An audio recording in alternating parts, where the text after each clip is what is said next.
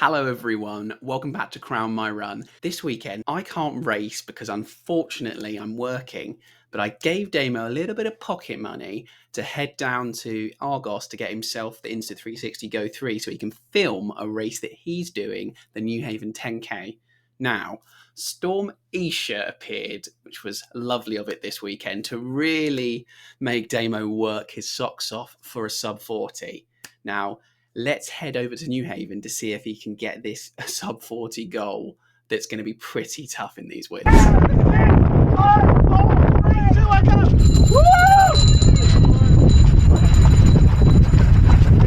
Damo is away at the Newhaven 10k. I apologise if the side of the HR and the minute per kilometre thing gets cut off a bit. Damo's a little bit ropey at setting the camera up, so didn't do the horizon stabiliser stuff, so I've had to stabilise it myself, but it just means that the sides get cut off a little bit, but we're up and away, and D Mills is going at a pretty quick speed early doors. Storm Isha is howling along, and D Mills is going at 3.35 per kilometre. He's obviously being dragged along a little bit by the pack out the front, the quick people who will be going for probably sub 35. So I think he just needs to settle down and not get carried away, or we're going to blow up and not get that sub 40 dream. Just moving along 100 metres now, and D Mills has got the call. He's eased back towards the late 340s per kilometre. He's been around the block a few times, this lad.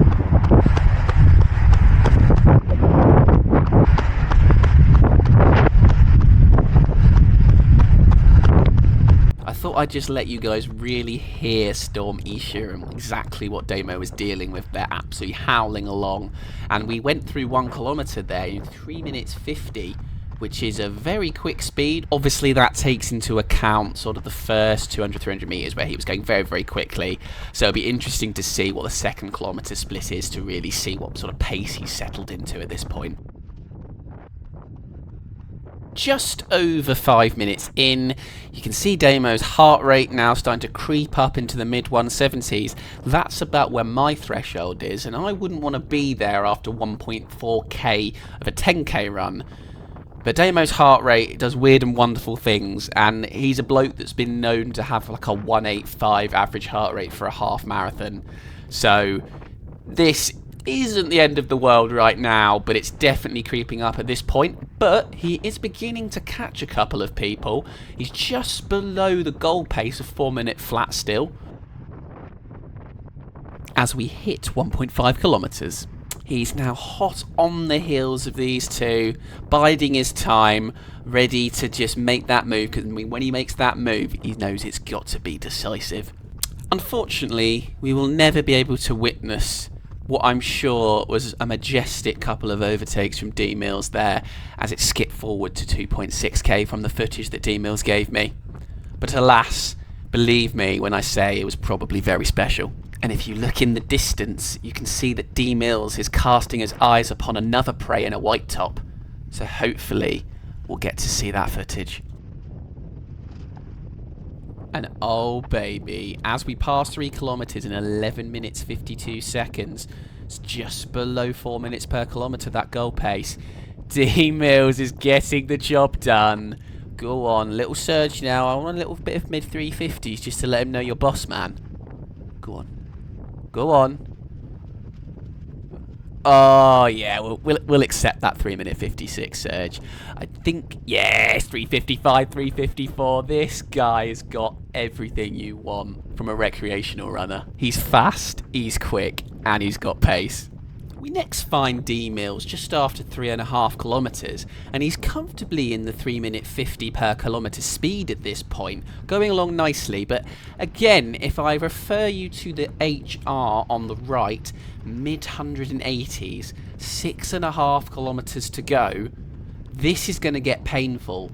I think it was mainly crosswinds, so it was never a direct tail or headwinds. At different points that was pushing against you or pushing with you, so it was not ideal conditions for running whatsoever in Storm Isha, and D Mills is putting some pretty serious pace down trying to get this sub 40.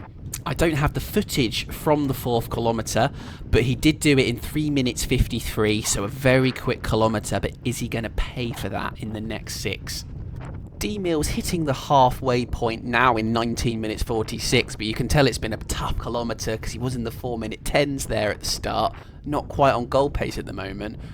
One thing you might notice is he hasn't turned around till he gets to 5 kilometres and then an extra 60 metres.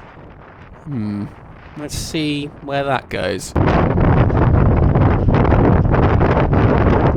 The wind is now absolutely screaming at D-Mills at this point. Definitely a bit of a headwind, so it could be a tough few kilometres. But as you can see, D-Mills likes to speed up when the going gets tough, because that's the kind of guy he is. Also a few little obstacles that he needs to make his way round without tripping up. Going around a little blind corner, hopefully no one coming head on at this point. And just need to go through this gate here, and then we are home and dry away from any trip hazards. Just before 5.5 kilometres, and I think we really need to discuss D-Mills and D-Mills' heart rate. 186 heart rate, he's in the mid 340s, which is pretty much what he's done as his best 5k speed in the last 6 months due to injury. 189 heart rate. Sort of imagine just sort of starting a park run at 187 heart rate and then trying to do, you know, your best time in the last year. This is the sort of things that D-Mills does, and I think he can see someone just ahead that he's closing down on. When he sees victims, it's just a sight to behold. It's like all the pain evaporates. Headwind, I've had to turn the sound down even more from the video because it's so bloody loud at this point. But all D-Mills can think about is victim number 4. 6th kilometre in, that was a 3 minutes 53 from D-Mills. He's caught up the guy a little bit, but not that much. He's gonna have to really dig even deeper. And dug deep he has, in a really sensible manner. D-Mills caught him over 1 kilometre, didn't do anything stupid, just kept at a nice speed, and then just gets past and gets the job done.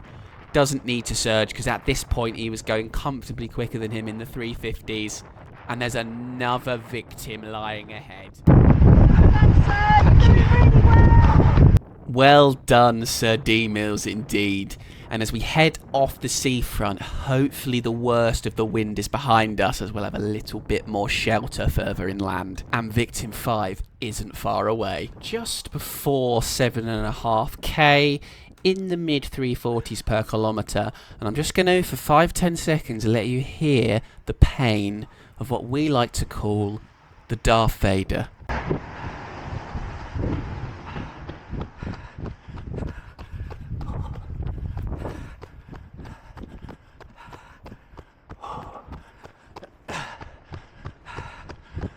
I'm not sure there's anyone in world running with as much passion as this guy.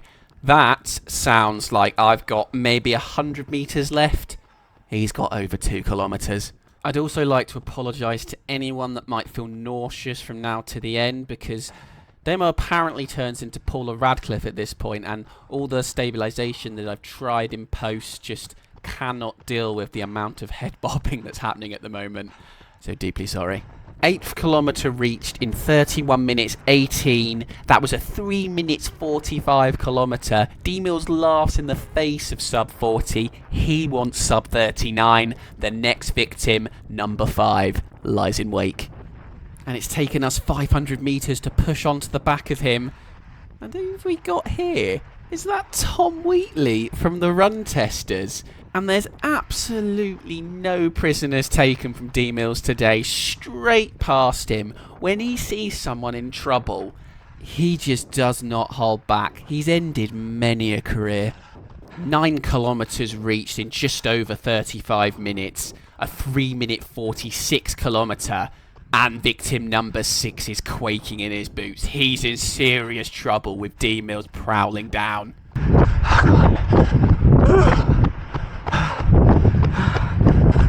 Although the force is extremely strong with Darth Vader, as you can hear there, is Damo actually going to make it to the end? There's still 850 metres to go. 500 metres to go, and yes, he is still managing to turn his legs over, and he is catching him. Can he get the 6th victim before the end?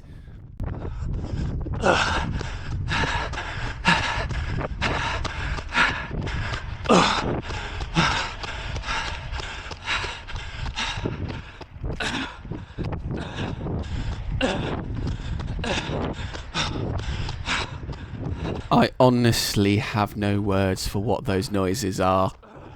They sound like something straight out of hell, and I do not want to be involved in any running where I make those noises.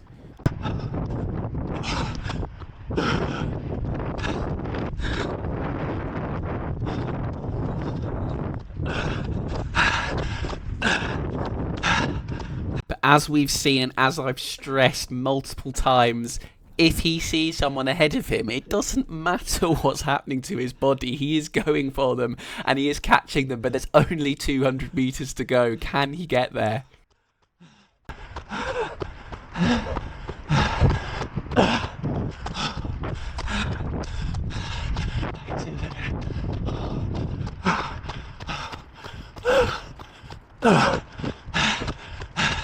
Final kick, he's catching, he's going for it. There's only 100 metres to go. He's going to have to probably dip into the low 3s to get the job done here, and he's absolutely going for it. Rounding the final left-hand turn, you should be able to see the finish line now. One final kick, D-Mills. I believe in you. The channel believes in you. Get it done. Go, go, go. Stop looking at your bloody watch. Get him done. Yes, yes, yes, yes, yes. In the bin. Another one bites the dust. And where is the finish line? 10 kilometres he's reached. Oh, no, no, no. Please don't say he's gone too soon. He can see, luckily, the finish line is further ahead, but it's going to be well over 10 kilometres to get to the finish line. He's in the 2s now. He's finally reached the finish line. Woo! What did he get in the end? Was that a 39 something? 1 second. Oh, a bit of, oh, look at the running love there. Fist bump. You love to see it.